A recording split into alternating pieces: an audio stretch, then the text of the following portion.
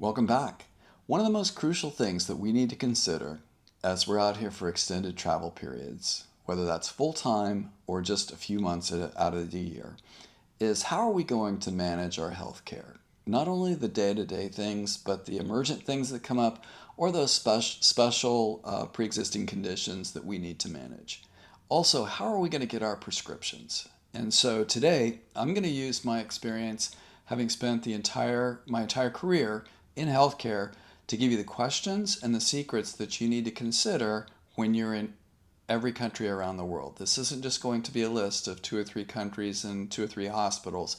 These are going to be the questions that you can, the litmus test that you can put up against every hospital, up against every doctor, up against, that will allow you to be confident as you're out there traveling. As well as how are you going to get their prescriptions and what's different about getting prescriptions around the world. And so I'm going to give you a few more of those things to consider as well. So join me because I think you're going to get a lot out of this one today. Hi, my name is Jeff, and I sold everything, retired early, and I'm traveling the world with two suitcases just trying to suck less each day. For most of us, we've received our health care in one country, and even much more specific, usually received it in one state or one city or even a couple of cities. And what I want to get across in this section is really that we need to take more ownership and understanding around how we're going to manage a complex system when we've been historically very comfortable with the hospitals, the doctors, and even when we don't know a doctor, we're usually being referred to them by a different doctor or someone that as their current patient knows them well.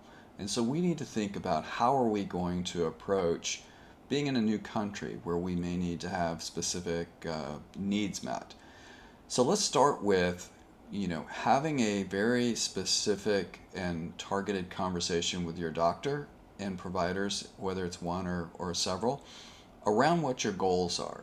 And when you come out of that, really what I'm looking for is a list of the conditions and medications that you've got, any medical equipment you need to be considering that you need to have available. And then what are the recommendations from the doctor? And of course, you want to take those to heart and know them well. And caution is the key word here. And so, what we're going to talk about next is now that we have this, how are we going to start looking and researching our next steps and what countries work for us given the constraints that we have, if we do have constraints?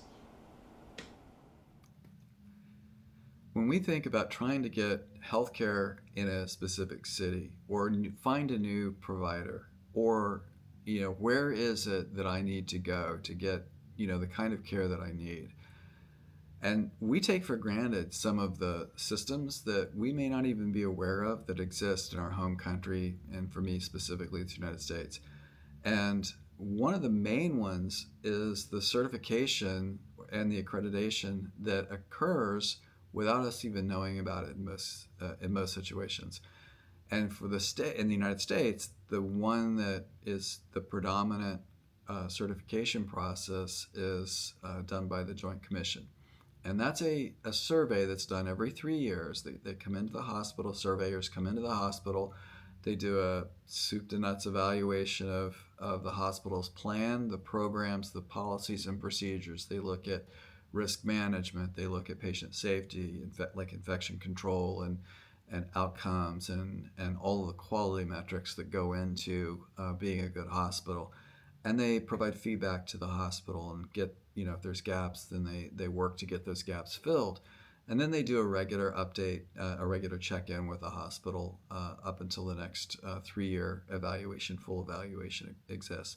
So what we'd like to do is build upon that confidence as we go outside of the United States or outside of the country you're from. And the fortunate thing for us is that there's institutions that do the same thing in other countries. For example, Joint Commission, which is used in the United States, has an arm called Joint Commission International. They have a website. You can go to that website, drop down the country that you're going to be visiting or the city that you're going to be visiting, and find Joint Commission International certified and accredited institutions in that country or that city. And that is a huge burden to take off of our shoulders if we have that comfort level to be able to draw upon. Another thing to consider is visiting and participating or going to any teaching hospital that's in the city or the country that you're visiting. Most teaching hospitals will have the best technology. They'll have the physicians that are at the highest level for that area of the world because they're teaching other doctors, and those are doctors that are staying up on the most current procedures, and they will either be able to tackle your challenge or tackle your condition, or direct you to the right people, and that's a great location, great place to go to. I would say that also, this is any physician associated with these teaching hospitals are going to be physicians that are very comfortable with the kinds of challenges that exist with the most complicated cases. Now, that does not mean every hospital can treat every condition. There are some hospitals that have specialties. There are some hospitals that only they may treat orthopedics and cardiac and OBGYN, but they may not treat cancer, or they may not, those kinds of very specialized needs. And so you may have to look for those and do a little bit more digging. And that's where it comes down to you being comfortable with what you need so that you can go out and get the care that you deserve and that you will need as you extend your time out in some of these locations. So as you consider some countries, some areas of the world, have a backup plan. Where are you going to go? If you can't get care there, where are you going to go if you need care? And maybe that's a short trip to another location to be able to do that. For example, and again, every country is a little bit different. Some areas in Southeast Asia, some countries, Cambodia, may not have the same complexity of procedures and providers that can handle specific types of cases. You may want to go to Bangkok, or you may want to go to Kuala Lumpur to be able to get that care, because you will find that care there. Just be cautious about immediately jumping and trying to get care in every country, because you want to get the best care that you can get for the conditions that you have. For many of us, taking prescriptions is just a part of getting older, and there's nothing wrong with that. We just have a plan.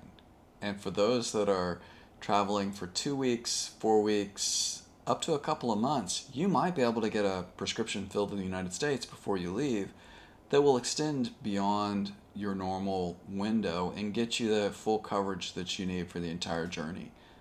But for anybody that's doing extended travel, we need to be comfortable with getting prescriptions in other countries. And I can tell you, usually it's a lot easier to get prescriptions in other countries, simply because often you don't need a prescriber's prescription. You don't need any kind of note or otherwise. I would say, just from the standpoint of a cautionary note, having a list from your provider on their letterhead and signed that includes all of your prescriptions, dosages when you take it, carrying that with you, and then updating it as you travel and add or take away any medications is just is a good sound strategy for being successful. But also, when you're in these other countries and you get medications, doesn't necessarily mean sometimes that, not specialty medications, but for any kind of regular generic medications that you might take, and I want to show you ibuprofen in a second, but that they may come in different sizes or different colors, and so it's going to be important to become much more comfortable with understanding the names and dosages of the medications that you take or need. For example, I'll show you the ibuprofen. We're very used to seeing the little brown pill that we get that's 200 milligrams of ibuprofen in the United States. We also, we're very understanding of the fact that there's other dosages, like 600 milligrams for Motrin, for the branded drug. In Cambodia, I got a pink 400 milligram tablet. Now, I share that with you as an example simply because if you're not really comfortable with the fact that medications can come in different strengths or different colors or different tablet forms, then it's going to be one of those things you want to get comfortable with. And I would really encourage you also, especially when you're just starting out, or even for experienced travelers, to get a pill box. This sort of has the, it may you may not be comfortable with it initially because it's one of those things where every day of the week's got all the pills in it. But this way you're constantly putting the right medications in the right buckets when you're changing these countries, and it gives you the extra vote of confidence that you're not having to second guess yourself when you're not comfortable with all the different medication changes and so forth. Now, what I would also say is become very comfortable with the generic names of medications, the ones that you take. The reason being is in the United States, branded drugs, brands are just like anything else. There is a legal protection for them. Other countries may have different names for the same exact thing. So, for example, if you're taking, let's just use Tylenol, Tylenol is the branded product. Acetaminophen is what's in the Tylenol. So, you may want 325 milligrams of Tylenol, which is the normal, regular strength Tylenol. You are going to ask for Tylenol, or excuse me, acetaminophen when you're in another country. Many of the over-the-counter medications will have different names, and it's going to be important to just start to be very comfortable with that as you travel. And this is going to be one of those things that's going to be a great learning journey. You're going to be very attuned to your healthcare needs, and just like in the United States, when you're traveling, you're going to want to find the right balance between having health insurance for coverage and paying for things out of pocket.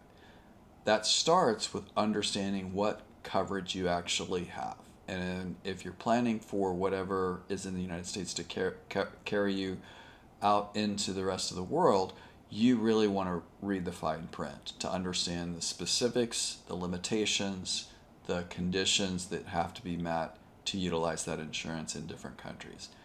If you're picking a new insurance, you want to have the same evaluation of what your needs are, what your limitations are, and what costs that might be associated with taking a new insurance, especially if there's pre-existing conditions or like many of us, as we age, insurance costs increase, and so you may watch a video or see an ad for an insurance product. It may be something that is tied to a 35-year-old and not a 60-year-old. So I think you want to understand what you're insuring against, and then going out and comparing those plans side by side.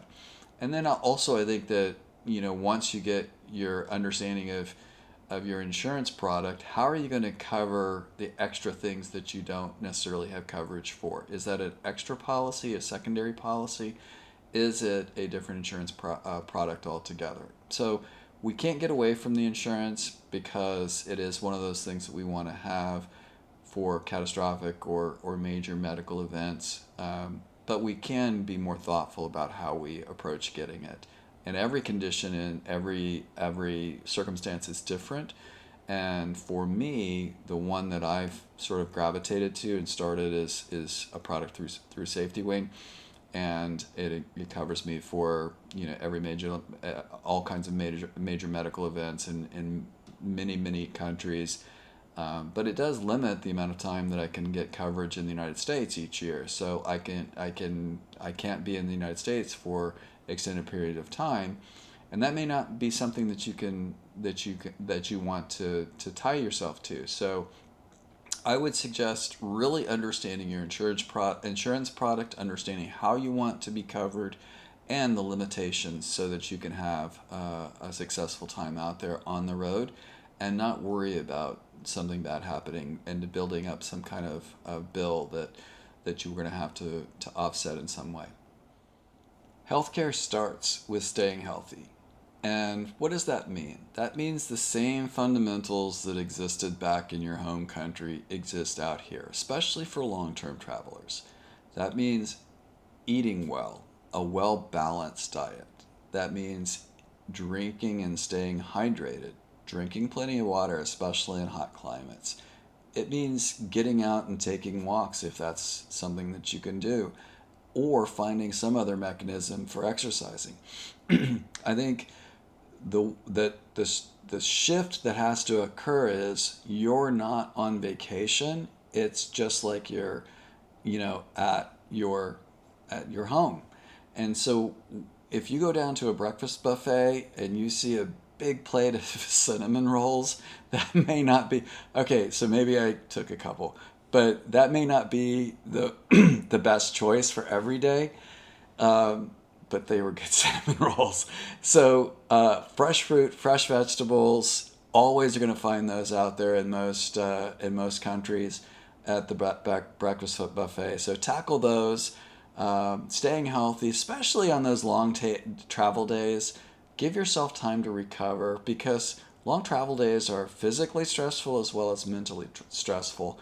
And I think it's encouraging as you start to get into these. I would encourage you as you start to get into these extended travels to make sure you give yourself a day to recover because what you're going to find is your excitement to get into that new city and to experience that new city will only be added to as you come into that new city with a rested and fully recovered body and mind, and you'll appreciate that city in a different way.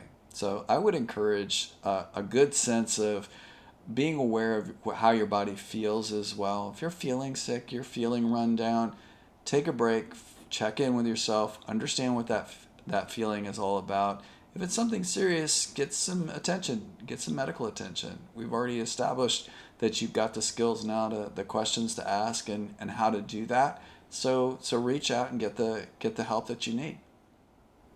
With a little bit of planning and a little bit of thought, healthcare is going to be one of those things that is just like anything else. You're going to be ready to tackle whatever comes your way. But I'm curious, tell me in the comments below what country or what city do you feel you would most struggle in or you want to understand more about? Let's see if we can tackle that together. And as always, like, subscribe, and share. And until next time, be curious, be brave, and suck less each day. See you down the road.